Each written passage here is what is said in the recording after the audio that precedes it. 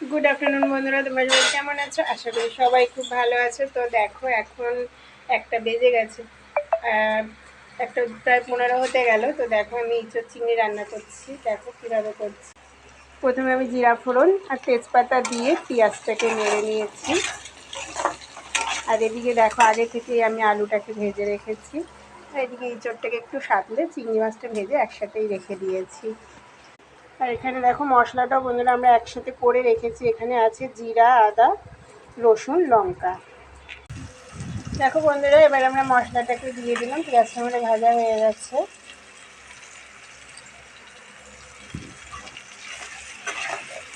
একটু কষিয়ে নেব।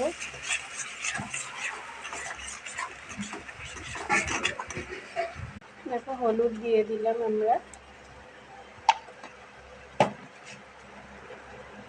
নুনটা দিলাম।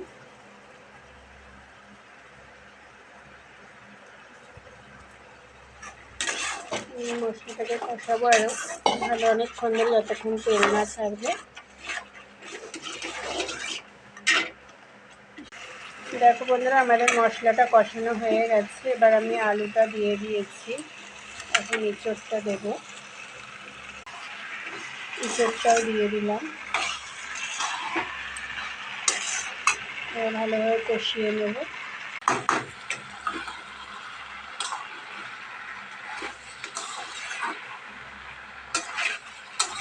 আমাদের কষানো হয়ে গেছে। এবার দেখো আমরা জল দিয়ে দিচ্ছি পরিমাণ মতন।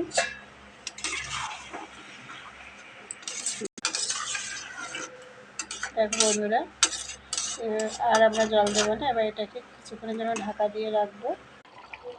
দেখো বন্ধুরা আমাদের ইঁচড় চিংড়ি হয়ে গেছে। এবার আমি নামিয়ে নেব। দেখো বন্ধুরা আগে থেকেই আমি মুসুরির ডালটা করে রেখেছি সজনে ডাঁটা দিয়ে, পাঁচফোড়ন সম্বার দিয়ে। আর এখানে দেখো কালকের চাটনি আছে অল্প। আর এখানে মাছের ঝাল করেছিলাম, কালকে সবাই খায়নি তাই রয়ে গেছে, একটু গরম করে নিলাম। আর এখানে আছে পটল ভাজা। আর এই যে আছে লাউ ঘন্ট, এটাও কালকে। তো টাটা বন্ধুরা, পরে কথা হবে। আর যদি তোমাদের অবশ্যই ভালো লেগে থাকে তাহলে তোমরা আমাকে লাইক কমেন্ট শেয়ার করে দিও। টাটা।